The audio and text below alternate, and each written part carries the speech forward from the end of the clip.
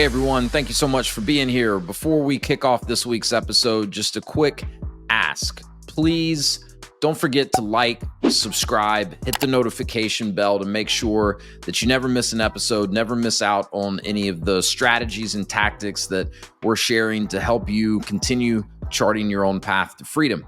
And if you'd like to go deeper with any of this, we've launched a free Facebook group, which you can join at pathtofreedom.com/group. And we've linked that in the show notes to make it easy for you to find.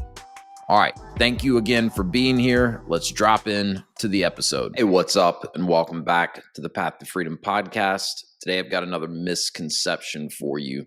And this is one I run into all the time. I'm talking to people all day, every day that are looking to get into business for themselves. And so often I hear comments like this. What I really want is to buy an existing business because it's got employees, it's got a customer base, it's got brand recognition, and most importantly, it's got cash flow. All that's true of existing businesses, and those certainly can be beneficial. And I totally get why so many people think that that's the way they want to get into business ownership.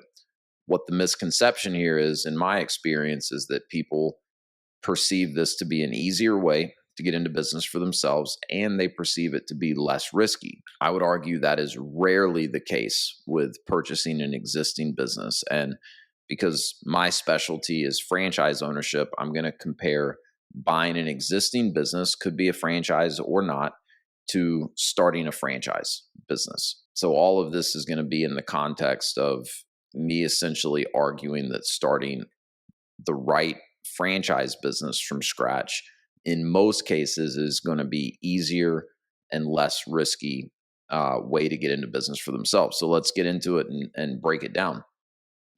Why is buying an existing business hard? Let's start there. All right. In my experience, there are generally 4 different types of existing businesses that you'll find on the market for sale. The first is going to be the fire sale, right? The owner's in trouble. The business is not going well. It's probably losing money or breaking even at best. And the owner's just trying to get out as fast as they can and stop the bleed. So a lot of people would think, okay, well, great, I can probably get it for a good price. And that's probably true. What you really have to assess, and this is not that easy to figure out sometimes, is how much damage has been done in that business. How big of a hole are you stepping into as the new owner of this business, even if you get it for a great price? And is the time, effort, and money that it's going to take to dig yourself out of that hole going to be worth it? Because again, the number one reason I hear people say that they want to buy an existing business is because of cash flow. And usually what that means is they want an income, right? Because that's the scariest part for most people when they're considering starting a business, especially if they're looking at leaving, say, a full-time corporate job, going into business ownership. Can they weather that ramp up and that period of little to no income or less income than they're accustomed to? So a lot of times with these fire sales, you may step into a business that's actually losing money, right? So you're in the negative each month, or it's just breaking even. So simply from a cash flow or an income standpoint, even if it's break even, that's no different than starting a business from scratch, starting a franchise business from scratch, because you're starting at zero and you have to start building that income and that cash flow up. But at least with starting something from scratch, you get to do it on your own terms with your own people, your own style. You get to build your own culture into the business. So the fire sales, they're out there. A lot of times you can get them for a good price, but you really have to understand how big of a hole are you going to have to dig yourself out of, and is it worth it? Because in my experience, a lot of times it's not, and it's usually a lot more challenging than someone thinks when that new owner steps in and realizes what they're up against. Everyone, we'll get right back to the episode, but I wanted to quickly share a free resource with you. If you're curious about franchise ownership and want to learn more about how countless people, including myself, have leveraged franchising as a way to create more freedom for themselves and to take control of their livelihood, I've put together an ebook. It's called Franchise Wealth Creation, and it's the perfect starting point for anyone that's just curious to learn more about this whole franchise thing and how I've helped hundreds of other people navigate all the steps involved in understanding and researching franchising. So click the link in the show notes, fill out a short form. I'll send you the ebook. I think it's a great starting point if you're curious at all about learning more about franchising. All right, let's get back to the episode. The second type of resale that you'll see on the market is a great business. It's profitable. It's got upward growth trends. There seems to be plenty of room to keep growing the business. And these are out there too. And that sounds like it would be the best type of opportunity. And it can be, but you're going to pay a premium for that business. And you're probably going to have a lot of competition that's out there looking to buy that business as well. Now, if you're in a position where you can get the funding for that, then it can be a really good opportunity. If you can get the funding, if you can pay that premium, and if you can beat out the competition, then that can do what a lot of people are looking for an existing business to do for them, and particularly with the cash flow and the strong income. So those are out there. They're just very hard to find and they're very competitive to get. And you definitely need to be ready to open the checkbook.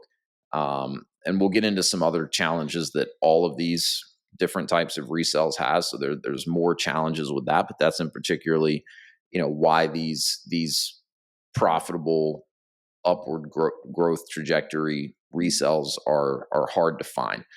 The third is going to be a good profitable business, but it's pretty much maxed out, right? It's not showing upward growth trajectory. You look at previous years P&Ls and the business is kind of flat. Doesn't necessarily mean the business can't grow. A lot of times, someone's owned a business for a while and they just kind of lose steam, they lose momentum, and a new owner coming in with new ideas and more energy and more enthusiasm can grow it. But a lot of times that's hard to tell. And so if you do see a business that's been kind of flat for the last couple of years, but it's profitable, you're still going to be paying a premium based on that profit, right? The values of these existing businesses are usually set based on some multiple of the company's profits or usually their EBITDAs. So that needs to be taken into consideration, right? And is it really worth paying a premium for a business if you're not confident that you're going to be able to step in and grow that business as the owner going forward? And then the fourth one is, and I would argue these are the best types of resales that you could find, but they are going to be hard to find and they're going to be probably really challenging to assess and get a clear picture of what the real opportunity is. This is a business that, maybe it's profitable, maybe it's not, or it's, it's kind of break even, or it's been profitable and then it's been break even, but the owners had some sort of a life change and they need to get out, right? So it's not a fire sale. They're not selling the business because it's losing money and they're just trying to stop the bleeding, but they've had some sort of a life change, right? Just had a baby, they have to move their family to a different part of the country. A sickness in the family. I mean, there's any number of reasons that someone could find themselves in a situation where it no longer makes sense for them to own and operate a business, even if the business is making money. So those are where you can find some really good resale opportunities. Actually, again, they're hard to find, and then what you really have to figure out is like, okay, what are the real motivations for this person selling a business? Because, look, the guy set with the fire sale is not going to tell you, or the listing on Biz Buy Sell is not going to say fire sale, right? It's not like he's going to come right out. Like, everyone's going to have a story as to why they're selling the business. So a big challenge in assessing any resale is just kind of cutting through some of the BS that you're going to come across in the listings. And if you're talking to a business broker, if you're talking to that existing business owner, really getting to the bottom of like, okay, why are you selling this business? And if it is legitimately a life reason, right, and it's actually a decent business, they just are not in a position to operate it any longer, you need to get to the bottom of that. And then you still need to assess all the other things, right? Do the unit economics of this business make sense? And is the asking price reasonable? and what type of a team am I inheriting? Do I feel like there's upward growth trajectory with this business? Plus the whole host of anything of other things that anyone considering business ownership needs to really think of. So those are your four common types of resale businesses that you're going to see. They all kind of have some challenges in common in terms of assessing the opportunity, and then they're going to have some challenges that are unique to each of those different types of resales. And then in general, resales have some challenges, right? First one, let's talk about the role of the owner, right? If you've listened to this podcast, you've probably heard me talk about this numerous times, because this is where I spend a lot of time with the candidates that I coach through the franchise buying process. Before you start looking at specific businesses, you really need to get a clear picture of what you want your day-to-day role as the business owner to look like, right? What are the things you want to spend most of your time on? What are the things that get you most excited? What really are your core strengths and competencies? And you should be looking at businesses that really play to that, and that you as the owner can lean into the things that you're the best at and that get you the most excited. And sometimes it's harder to find those good fits when you're looking at only existing businesses for sale. But if you are evaluating a resale, you need to really understand, okay, what is the current owner? What is their role in the business today? Because that's essentially the shoes that you're going to have to fill as the new owner. So we'll get right back to the episode in just a minute. But if you've been considering business ownership, if you're already a business owner looking to expand and you're curious about franchising, I'd love to connect with you, answer any initial questions that you have, talk about a specific franchise, and detail the exact process that I use and have taken hundreds of people through to help them understand franchise ownership, find the right franchise for them, and conduct the necessary due diligence. Click the link in the show notes if you'd like to schedule a free, no obligation strategy call. I look forward to talking with you. And now back to the episode. If the owner is doing the majority of the sales in the business themselves, right? Say the owner is actively working as a salesperson for the company. They're generally accounting for 50, 60, 70% of the total revenue. Well, once they're out of the picture and you're now the owner, you're going to have to jump in and fill those shoes. So what's the learning curve going to look like? How quickly are you going to be able to step in and perform like the current owner is? Otherwise, you may see a pretty steep decline in sales while you're learning. Does the owner have a lot of relationships with clients? Is this some sort of a business that where there's repeat business, and a lot of that business keeps coming back because there's such a good relationship with the owner? And once that owner is no longer in the picture, now maybe those clients are not going to feel any loyalty to you as the new owner. Maybe you keep those clients, maybe you don't, but you can't take it for granted that you are going to keep those clients, unless there's some sort of a long-term contract in place where you're going to maintain those clients up until a certain date. So you need to look at that. The best businesses to buy are ones where the owner is not super active in the day-to-day, and they've built out a good team around them. They've got a sales team that, in all likelihood, you'll be able to inherit as the new owner.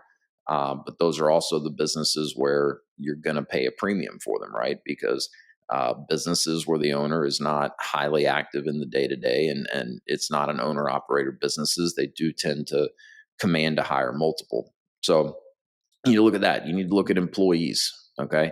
What does the current team look like? How many employees? What's the tenure of those employees?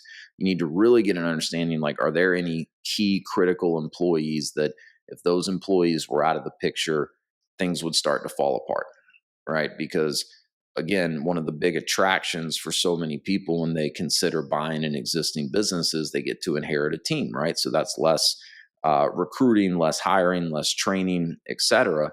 And in theory, that makes a ton of sense, but it doesn't always work that way in the real world.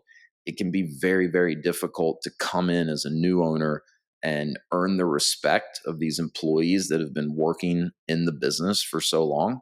A lot of times employees get very set in their ways, and those ways, some of those habits that they may have, even the attitude, even the culture amongst the employees may not always be in line with how you as the new owner of this business would want to run things. And look, any good business person, if they come in and take over an existing business, they're not going to come in and just like a bull in a china shop start changing everything day one. They're going to want to learn and assess. But if after doing that you realize, hey, this is not the culture that I want in my business, or these employees are not following some of the systems and processes that I would really expect them to, it can be very difficult to change some of those habits and attitudes. And it's not uncommon to see a lot of turnover in a with employees when a new owner comes into the business. And so you need to really get a feel for that, and how detrimental is that going to be if you do lose some of the team members. And I can't reiterate enough, really understanding, are there critical people? If you're stepping in and buying a business that's got a general manager that's been there for 5 years, and that general manager is really kind of the one orchestrating all of the day-to-day activities and making things run smoothly, what happens if that GM leaves 3 months, 6 months into you taking over as a new owner? What's that going to do to the business, and how far back is that going to set you until you can either yourself as the new owner learn everything that GM was doing and kind of step in, or find a replacement for that GM? So you really need to understand the employees, who's on the team, how long have they been there, who does what, and feel as confident as you possibly can that there's a high likelihood that you're going to maintain that team, and particularly the key players on that team after you take over. Assessing the financials and determining an accurate valuation. Most people think this is pretty simple, right? Well, if I'm looking at an existing business, I'm going to get to see profit and loss statements, I'm going to get to see tax returns, and then it's going to be very simple. Can be, right? But it's not always. Like, sometimes this is the messiest part. When I used to sell franchises for the brands that I worked with, I would, be the one that was there to help any of the existing franchisees that wanted to sell. And I had to learn this lesson the hard way. But when a franchisee would come to me and say, "Hey, Wes, I think I want to put my business on the market," my first question to them was, "Great. Are your books up to date? Do you have current profit and loss statements and balance sheets? And do you have, your at least last 3 years of tax returns? Because if not, that's what you need to do first before you talk about selling your business." Because it's, especially with small businesses, it's so common that either the owner's trying to do the books themselves, or they're paying like a family member to do it that's really not qualified, or they're paying a bookkeeping company to do it, but they're doing it on the cheap. And so there's a lot that can get lost or kind of hidden in sloppy financial statements. And really, at the end of the day, because this is where, like, so many of the benefits of being a business owner come into play, right? Is like legitimate tax advantages of business ownership. And different owners are going to, structure things differently. You can have two people that own the exact same business, but their P&Ls look different depending on who their CPA is, who their accounting is, and some of the different tax strategies that they're utilizing.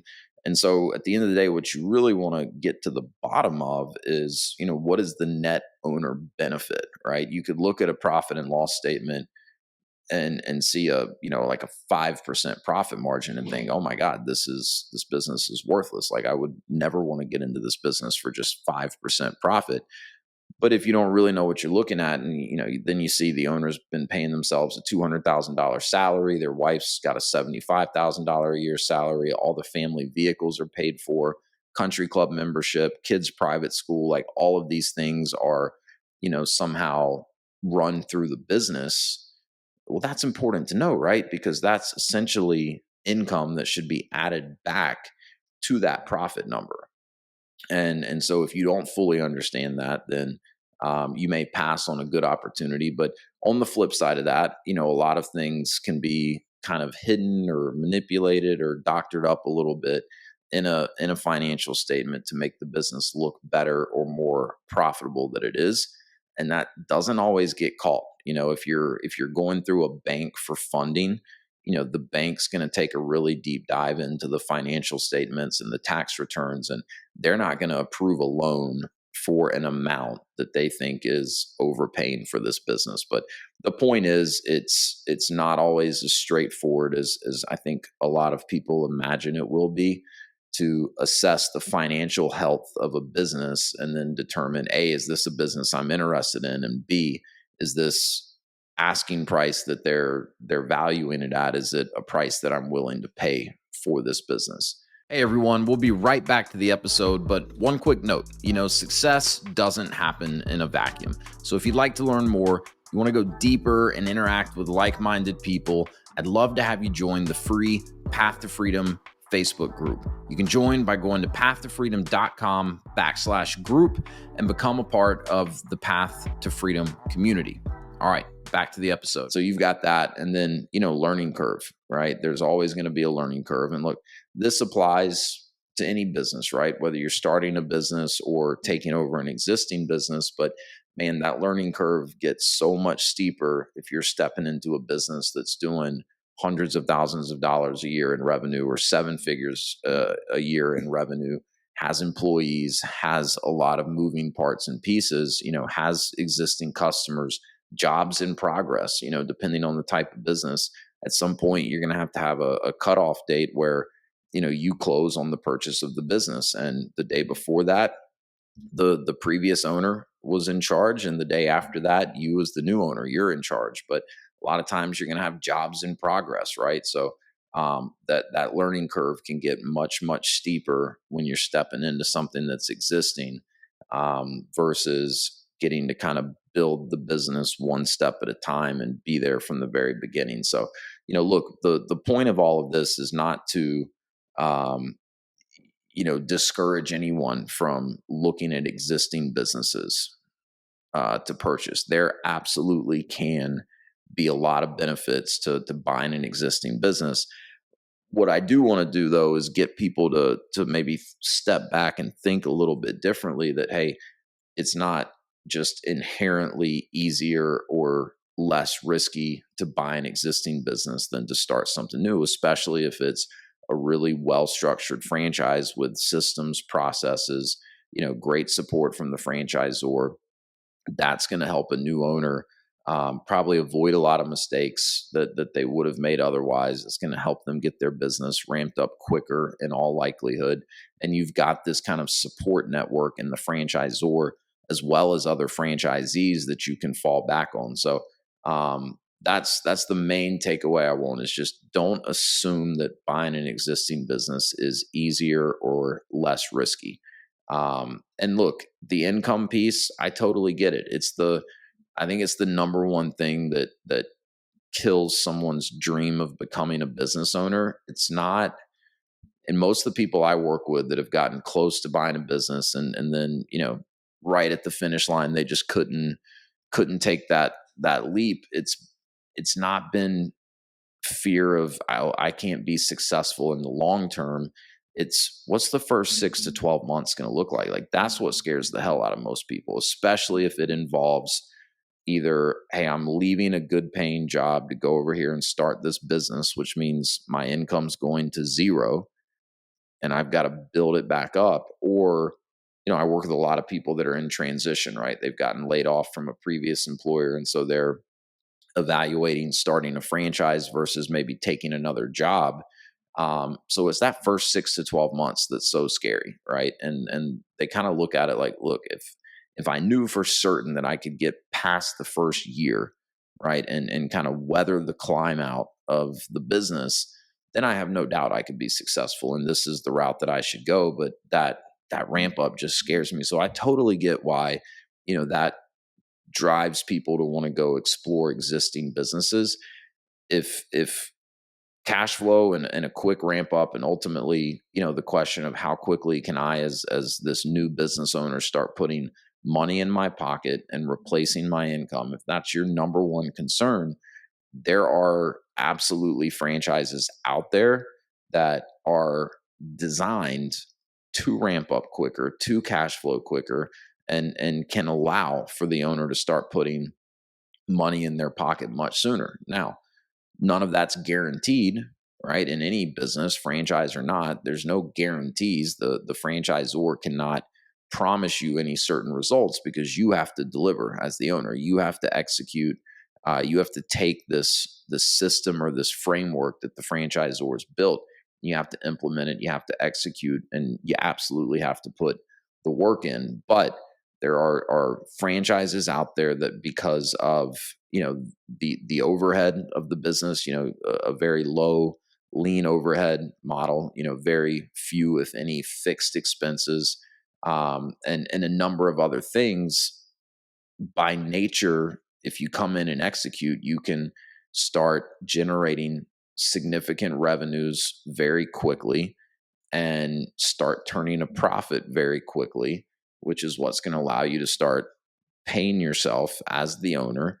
There's also ways you can get creative with the funding in some cases, right? If you're taking out a loan to start a business, in some ways, in some cases, you're able to, account for additional working capital in that loan. And in almost any business, a big chunk of your working capital is going to be payroll. And so, depending on how you fund the business, depending on your specific circumstances, you may be able to structure it so that you can actually pay yourself some sort of a salary as the owner, through the working capital that's been accounted for in the loan.